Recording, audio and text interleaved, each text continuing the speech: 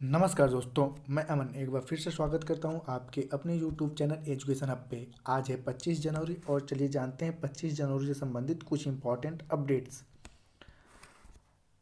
आगे बढ़ने से पहले सबसे पहले जानते हैं आज के दिवस के बारे में। तो आज है 25 जनवरी और आज के दिन मनाया जा रहा है भारतीय राष्ट्रीय पर्यटन दिवस। और इस साल जो भारतीय राष्ट्रीय पर्यटन दिवस मनाया जा रहा है उसका थीम रखा गया है सतत यात्राएं असामयिक यादें। अब जानते हैं इसके बारे में कि देश में पर्यटन दिवस मनाए जाने की शुरुआत भारत की आज़ादी के अगले वर्ष यानी कि साल 1948 से ही हो गई थी। साल 1998 में पर्यटन और संचार मंत्री के नेतृत्व में पर्यटन विभाग की स्थापना हुई।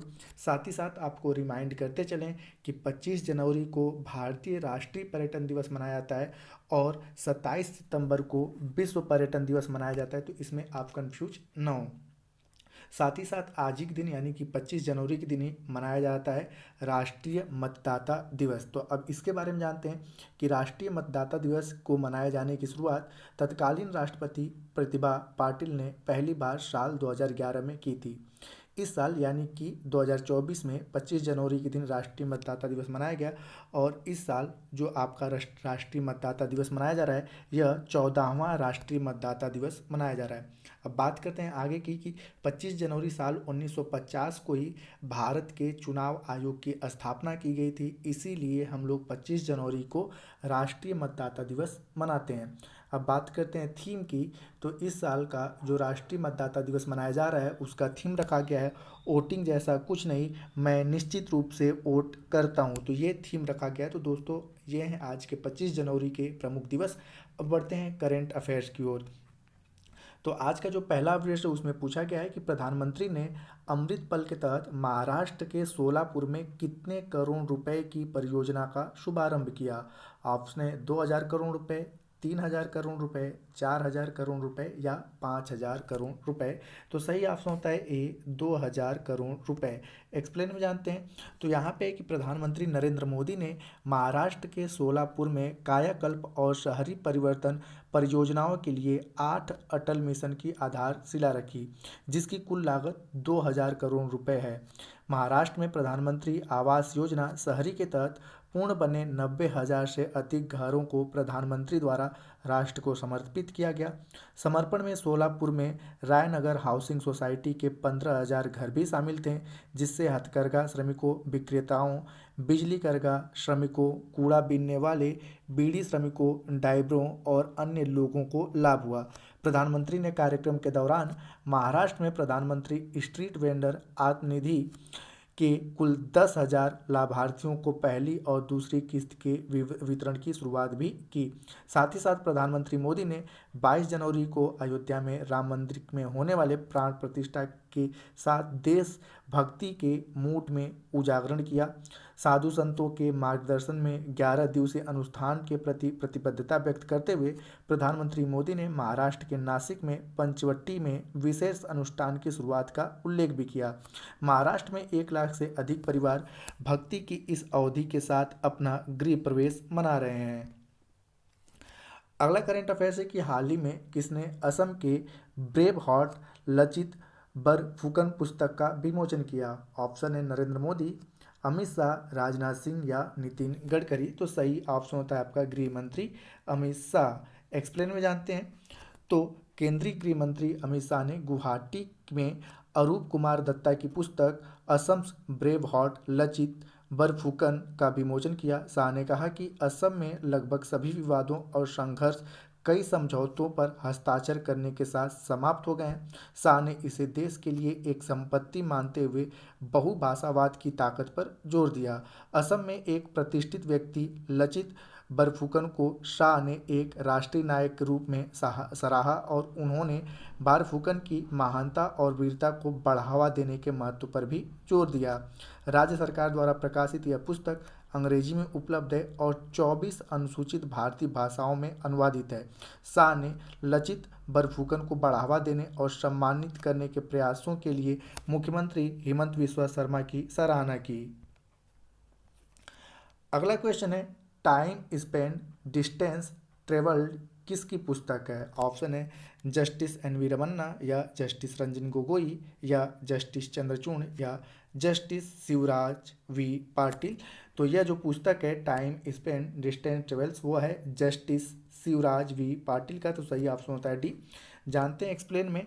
तो सुप्रीम कोर्ट के पूर्व न्यायाधीश शिवराज वी पाटिल अपनी आत्मकथा टाइम स्पेंड डिस्टेंस ट्रेवल का विमोचन करने जा रहे हैं।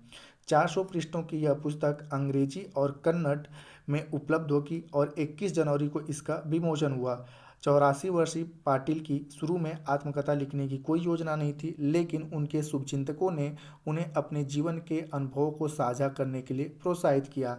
आत्मकथा का उद्देश्य उनके 84 वर्षों में प्राप्त ज्ञान प्रदान करना है, जिसमें युवाओं को प्रेरित करने और उनकी जीवन यात्रा को प्रतिबिंबित करने पर ध्यान केंद्रित किया गया है। पुस्तक में उनके जीवन के पहलुओं को शामिल किया गया है, जिसमें बचपन, शिक्षा, एक वकील के रूप में कानूनी कैरियर, न्यायिक कार्यकाल और सेवानिवृत्ति के बाद की गतिविधियां और सामाजिक सेवा शामिल हैं। अगला क्वेश्चन है कि आरबीआई ने डीसीबी बैंक के एमडी के रूप में किसकी नियुक्ति की? ऑप्शन है रचित शेट्टी या प्रवीण ए कुट्टी या राम नारायण सिंह या मुरली नटराजन। तो सही ऑप्शन होता है आपका बी, प्रवीण ए कुट्टी। एक्सप्लेन में जानते हैं।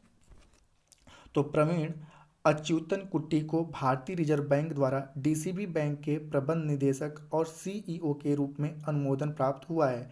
नियुक्ति की पुष्टि हो गई है और कुट्टी का कार्यकाल 29 अप्रैल 2024 को 3 साल की अवधि के लिए शुरू होने वाला है। कुट्टी को डीसीबी बैंक में 16 वर्षों के नेतृत्व के साथ खुदरा और एसएमई बैंकिंग में 32 से अधिक वर्षों का अनुभव है। डीसीबी बैंक में उनकी जिम्मेदारी में खुदरा, एसएमई और कृषि बैंकिंग की देखरेख शामिल है। सिटी बैंक में कुट्टी का पूर्व अनुभव, जिसमें न्यूयॉर्क में नेतृत्व की भूमिका भी शामिल है, उनकी अनुभवी पृष्ठभूमि में जुटता है। नियुक्ति 28 अप्रैल 2024 को एमडी और सीईओ के रूप में मुरली नटराजन का कार्यकाल समाप्त होने के बाद होगी। डीसीबी बैंक आरबीआई को आवश्यक आवेदन तुरंत प्रस्तुत करके नियमांकन मानदंडों का पालन करेगा। मुरली नटराजन, जिन्हें मई 2009 में एमडी और सीईओ के रूप में कार्य किया, की स्टैंडर्ड चार्टर और सिटी बैंक में पिछली भूमिकाएं भी रही हैं। अगला प्रश्न है कि हाल ही में रचित शेट्टी पद्रे को कुंडेश्वर सम्मान पुरस्कार से सम्मानित किया जाएगा, वह किस कला से संबंधित हैं? ऑप्शन है यक्षगान, कथक, कुचिपुड़ी या भरतनाट्यम। तो सही ऑप्शन होता है यक्षगान। यक्षगान आपने पता है कि कर्नाटक का लोक नृत्य है, न कि शास्त्रीय नृत्य है। ठीक है, तो कर्नाटक का यह लोक नृत्य है और उसी से संबंधित है आपके रचित शेट्टी पंद्रे। जानते हैं इनके बारे में। तो यहाँ पे है कि यक्षगान कलाकार रचित शेट्टी पंद्रे को 21 जनवरी को उडुपी जिले के श्री कुंडेश्वर मंदिर के वार्षिक मेले के दौरान कुंडेश्वर सम्मान से सम्मानित किया जाएगा। एमएससी कंप्यूटर साइंस स्नातक रचित शेट्टी पंद्रे ने वपानाडु, शशि हितलू, होसनगारा, एडनीर सहित विभिन्न मेलों में यक्षगानों में अपनी प्रतिभा का प्रदर्शन किया और वर्तमान में हनुमनगिरी यक्षगान मेले में भी उन्होंने प्रदर्शन किया। उन्होंने यक्षगान प्रदर्शनों में सुदर्शना, अभिमन्यु, मेनका, सुभद्रा, कृष्णा, श्रीदेवी, अश्वत्थामा, सीता, मोहिनी और मीनाक्षी जैसे विविध भूमिकाएं निभाई हैं। रचित शेट्टी पंद्रे को कला के रूप में उनके योगदान के लिए पहचाना जाता है और दक्षिण कन्नड़ और उडुपी जिले में 20 विभिन्न स्थानों पर बच्चों के लिए यक्षगान कक्षाएं आयोजित इनके द्वारा की जाती हैं। अगला प्रश्न है, भारतीय पहलवान रवि कुमार दहिया ने 2024 ग्रां प्री डी फ्रांस में कौन सा पदक हासिल किया? ऑप्शन है स्वर्ण पदक, रजत पदक या कांस्य पदक। तो सही ऑप्शन होता है सी, कांस्य पदक।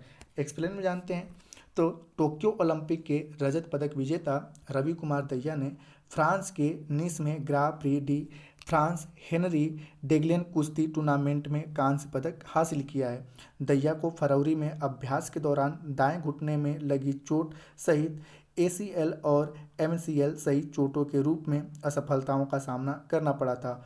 चोट ने उन्हें अप्रैल में एशियाई चैंपियन सहित पूरे 2023 सीजन को याद करने के लिए मजबूर किया। जुलाई में एशियाई खेलों के लिए राष्ट्रीय ट्रायल में प्रतिस्पर्धा करने के प्रयासों को गंभीर चोटों से विफल कर दिया, जिससे वह शेष वर्ष के लिए दरकिनार रहे। दहिया की अनुपस्थिति का मतलब था कि वह बेलग्रेड में महत्वपूर्ण विश्व कुश्ती चैंपियनशिप से चूक गए, जो पेरिस 2024 ओलंपिक के लिए एक क्वालिफायर इवेंट था। ग्रापी फ्रांस के हेनरी डेगले की में मैट पर विजयी वापसी ने एक 61 की ग्रा फ्री स्टाइल वर्ग में दहिया की वापसी को चिन्हित किया। पूरे टूर्नामेंट के दौरान दहिया ने लचीलापन और कौशल का प्रदर्शन किया, जिससे एच में महत्वपूर्ण प्रभाव पड़ा। अगला विषय, किस देश ने अपने पहले अंतरिक्ष यात्री को अंतर्राष्ट्रीय अंतरिक्ष स्टेशन के लिए उड़ान पर लॉन्च किया है? ऑप्शन है तुर्की, इजराइल, सऊदी अरब या कंबोडिया। तो सही ऑप्शन होता है ए, तुर्की। एक्सप्लेन में जानते हैं। तो तुर्की के पहले अंतरिक्ष यात्री और 3 यूरोपीय चालक दल के सदस्यों ने गुरुवार को फ्लोरिडा से लॉन्च किया गया मिशन टेक्सास स्टार्टअप द्वारा व्यावसायिक रूप से व्यवस्थित उद्यम है। फाल्कन 9 रॉकेट के ऊपर space x crew dragon capsule ने नासा के कैनेडी स्पेस सेंटर से उड़ान भरी। नियोजित 36 घंटे की उड़ान का उद्देश्य अंतर्राष्ट्रीय अंतरिक्ष स्टेशन तक पहुंचना है। स्वायत्त रूप से संचालित क्रू ड्रैगन 20 जनवरी 2024 की सुबह आईएसएस के साथ डॉक करने के लिए तैयार है। अगला विषय, जापान चांद पर अंतरिक्ष यान लगाने वाला विश्व का किस क्रम का देश बन गया है? ऑप्शन है तीसरा, चौथा, पांचवा या छठवां। तो सही ऑप्शन होता है सी, पांचवा। एक्सप्लेन में जानते हैं। तो जापान 20 जनवरी साल 2024 को देर रात चंद्रमा पर सॉफ्ट लैंडिंग सफलतापूर्वक पूरा करने वाला विश्व का 5वां देश बन गया है। जापान ने 6 सितंबर साल 2023 को अपने मित्सुबिशी रॉकेट से मून स्नाइपर को चांद के लिए रवाना किया था। स्नाइपर 25 दिसंबर 2023 को चांद की ऑर्बिट में पहुंच गया था। तब से यह चांद की सतह की तरफ बढ़ रहा था। यह चंद्रमा के केंद्रीय भाग में लैंड किया गया है। जक्सा को इसे लॉन्चर करने में कुल $102 मिलियन लगभग 1000 करोड़ रुपए खर्च होने के बावजूद इसकी लैंडिंग स्लिम कार्य नहीं कर पा रहा है। जबकि इसरो ने मात्र 600 करोड़ रुपए के खर्च में पर न सिर्फ चंद्रयान 3 को सफलतापूर्वक लॉन्च किया, बल्कि इसके सभी उपकरण सब अच्छे से संचालित भी हैं। इससे पहले रूस, संयुक्त राष्ट्र अमेरिका, चीन और भारत चंद्रमा पर सॉफ्ट लैंडिंग सफलतापूर्वक कर चुके हैं। तो सबसे पहले चंद्रमा पर सॉफ्ट लैंडिंग करने वाला देश है रूस, दूसरे क्रम वाला है आपका अमेरिका, तीसरे क्रम वाला है चीन, चौथे क्रम वाला है भारत और 5वें क्रम वाला बन गया है आपका जापान। आज का अंतिम विषय, केंद्रीय आयुष मंत्री श्री सर्बानंद सोनोवाल ने कहां पर अत्याधुनिक आयुष दीक्षा केंद्र की आधारशिला रखी? ऑप्शन है चंडीगढ़, दिल्ली, भुवनेश्वर या विशाखापट्टनम। तो सही ऑप्शन होता है सी, भुवनेश्वर। एक्सप्लेन में जानते हैं। तो केंद्रीय आयुष मंत्री और बंदरगाह, जहाजरानी और जलमार्ग मंत्री सर्बानंद सोनोवाल ने शनिवार को भविष्य के आयुष पेशेवरों के लिए मानव संसाधन विकास के लिए अपनी तरह के पहले केंद्र आयुष दीक्षा की आधारशिला रखी। यह अत्याधुनिक केंद्र केंद्रीय आयुर्वेद अनुसंधान संस्थान भुवनेश्वर के परिसर में विकसित किया जाएगा। आयुष दीक्षा केंद्र कुल 30 करोड़ रुपए के बजट से बनाया जा रहा है। यहाँ 2 सभागारों, सभी सुविधाओं के साथ 40 आधुनिक कमरे, वीआईपी के लिए स्वीट्स, एक प्राकृतिक पुस्तकालय के लिए समर्पित स्थान, चर्चा कक्ष, मॉड्यूलर किचन, डाइनिंग लाउंज सहित अन्य अत्याधुनिक सुविधाओं से सुसज्जित यह दीक्षा केंद्र होगा। तो दोस्तों, ये थे आज के करंट अफेयर्स के अपडेट। अब समय पिछले सेशन में पूछे गए प्रश्न का उत्तर देने का। तो पिछले सेशन में आपसे पूछा गया था कि प्रधानमंत्री सूर्योदय योजना निम्न में से किससे संबंधित है? तो जिसका सही उत्तर था रूफटॉप सोलर पैनल से। तो जिन्होंने भी सही उत्तर दिया उनके लिए बधाई। अब समय है आज के प्रश्न का। तो आज का प्रश्न है कि जापान चांद पर अंतरिक्ष यान लगाने वाला विश्व का किस क्रम का देश बन गया है? ऑप्शन है आपका तीसरा, चौथा, पांचवा या छठवां। तो आप इसका आंसर हमें कमेंट बॉक्स में दे सकते हैं। आपके कमेंट का हमें इंतजार रहेगा। तो दोस्तों, वीडियो पसंद आए तो वीडियो को लाइक करें, कमेंट करें तथा अपने दोस्तों के साथ शेयर करें और चैनल पर नए हैं तो चैनल को सब्सक्राइब अवश्य करें। तथा इस पीडीएफ को प्राप्त करने के लिए आप हमारे टेलीग्राम से जुड़ सकते हैं, जिसका लिंक वीडियो के डिस्क्रिप्शन में दिया हुआ है। तो वीडियो के अंत तक बने रहने के लिए धन्यवाद। मिलते हैं जल्दी नेक्स्ट वीडियो में।